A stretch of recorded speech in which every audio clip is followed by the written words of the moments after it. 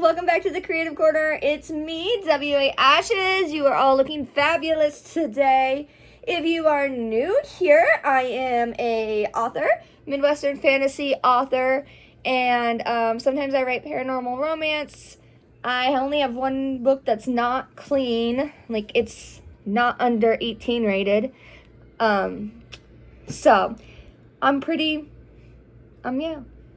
clean as an author. I write for young adult primarily, and all my stuff is Midwestern based outside of my vampire novels, because that was before I decided that we were going to rebrand to Midwestern, because a child told me that they were having a hard time finding fantasy books that were based in Nebraska. And yeah, they're all based in New York and California.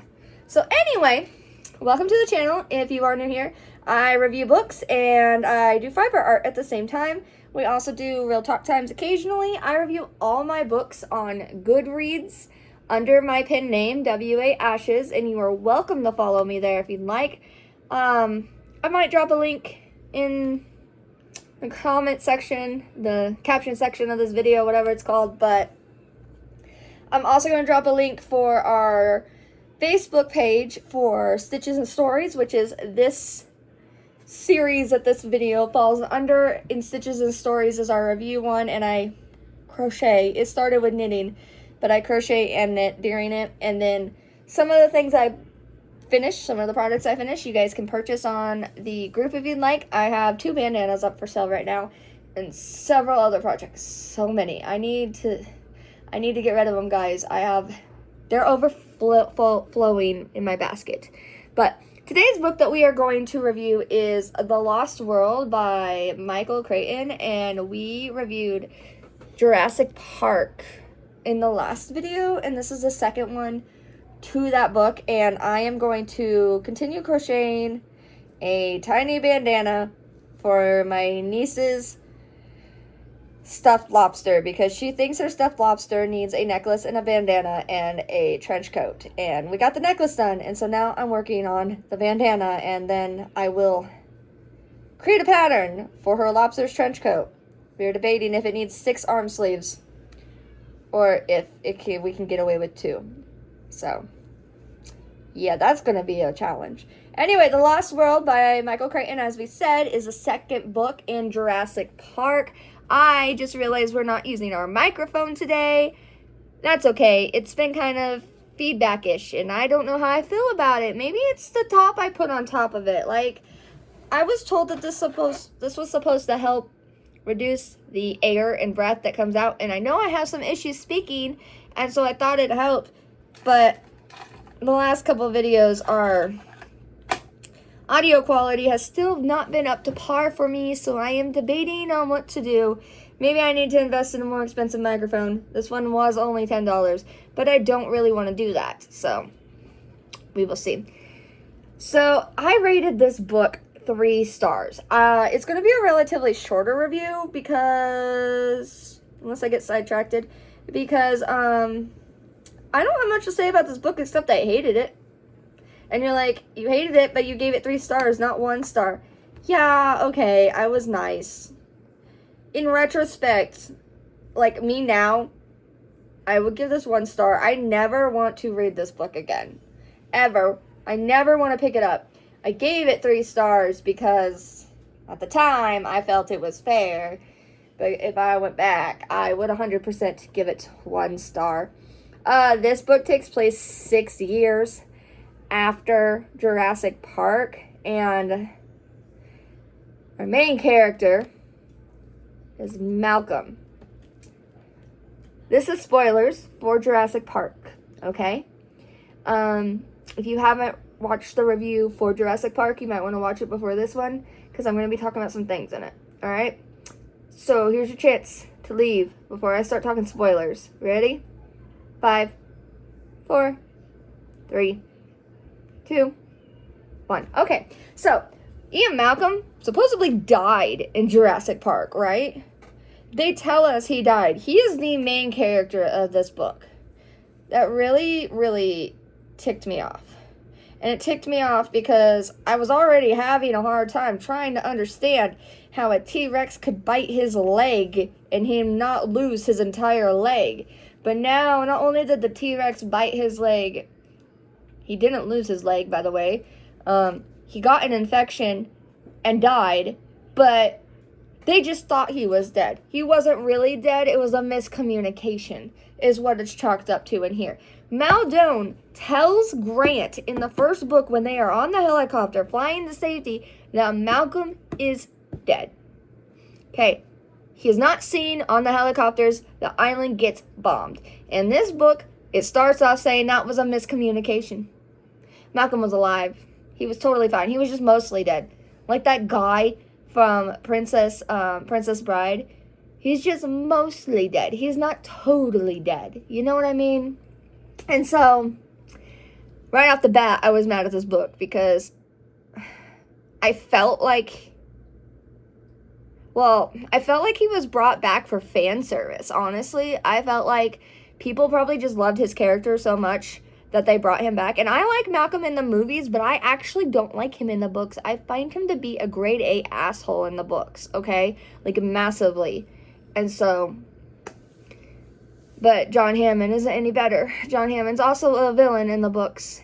And the kid situation. In the first book, I mentioned in the review for it that I understood why kids were involved in it because John Hammond brings his grandchildren in to try to appeal to people and show them that he is a good, loving family man. He is not.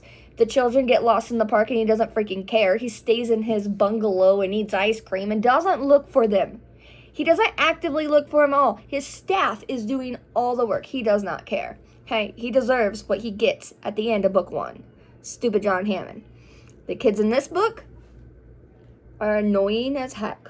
And I do agree with what the people do say. What the people said about the first book, some of the reviews I read said that children don't belong in thriller and sci-fi because they are just in the way. Well, I think that benefited the first book because it ultimately changed how our protagonist reacted to the situation, changed how Grant and Ellie reacted to the situation, changed how Muldoon acted to the situation. The children in here are freaking annoying. First of all, they're children. They're not like teenagers or anything really. And hey, there's a cat whisker. I'm gonna put this in my happy jar. It's so pretty. See, I get distracted. Anyway, I'm gonna leave that there for now. Right. There are children in here and they're unofficial interns for one of the scientists, okay? And they sneak onto this mission. They're not brought onto it. They sneak onto it, and they do actually end up helping them. Like, without the kids' computer-savvy knowledge, they probably would not have survived the island. However, they were annoying. The girl in particular was very annoying, just like in the first book. I don't know, does Michael Crichton have something against tolerable younger female characters, or does he just see all little girls as being annoying? Because it comes off as that way. Okay, I'm being kind of harsh. Anyway, my actual review that I posted reads this. Reading this book was like eating a bowl of Wheaties. It got the job done, but was ultimately bland. Until the 79% mark, I wanted to DNF. Do not finish. That's what it means. It was just a story about scientists and kids hanging out in a high-hide, watching dinosaurs. Then the action came. Literally, for like the first 79% of this book, they were in a tree, watching dinosaurs. There's not much else going on. Then the action came. What could have been the most vicious and exciting dino attack was ultimately grazed over. Yeah. The Carnosauruses, I believe. Carno, Saurus. Okay? They were given in this book chameleon powers. They could dissolve, basically, into thin air because they just disappeared. Like chameleons do. Could have been a very, very good, very scary dino scene. It's not.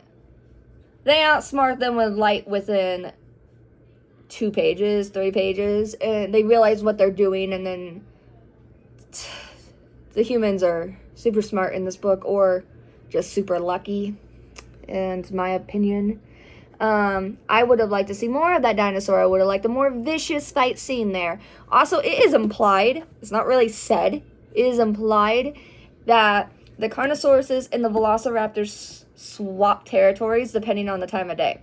So the Carnosauruses hang out in the worker village, the deserted worker village on this island for the nighttime. And the Velociraptors hang out on this, like, dried creek bed, almost. It's like a muddy pathway, rocky pathway between areas, so I would figure it's more like a dried creek bed. They hang out there during the night, and then they swap places during the day. Naturally, that makes sense for their predator modes, like they're hunting different prey. They're hunting similar prey is what it is, but the Carnosauruses could take down the Velociraptors, so they stay away from each other, all right? And then they just swap. But that could have been a much bigger thing. Just like in the first book, the Velociraptors were ultimately the main dinosaur in here. They're the ones who attack everyone. The person who I thought is the sanest character in here dies because he gets pulled out of the hide by a Velociraptor. Due to the imagery used in the raptor attacks, though, I'll be nice and review this to 3 stars. So that's why I gave it 3 stars, because the raptor attacks did have more imagery than the first book. However, I said, sadly, in this case, I think the movie was better. The movie was completely different than the book.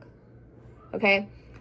Compared to this, the movie... Okay, so the movie, I think, was supposed to be based off this.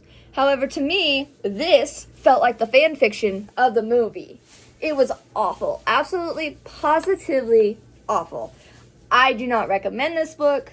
You can let me know in the comments if you like it, but The Lost World by Michael Crichton was an absolute miss for me, and I am so glad that there were no other books written for this series. The movies went on, and I liked the movies, but if this is the second book in the series, could you imagine how bad the third book would be? Like, I can just tell that Crichton was not as into this book as he was the first one. So, kind of a bad review. I guess I'm going to be nice and leave it at the 3 stars. But I still sit by myself and say that it is only worthy of 1 star. Bye, souls. See you later.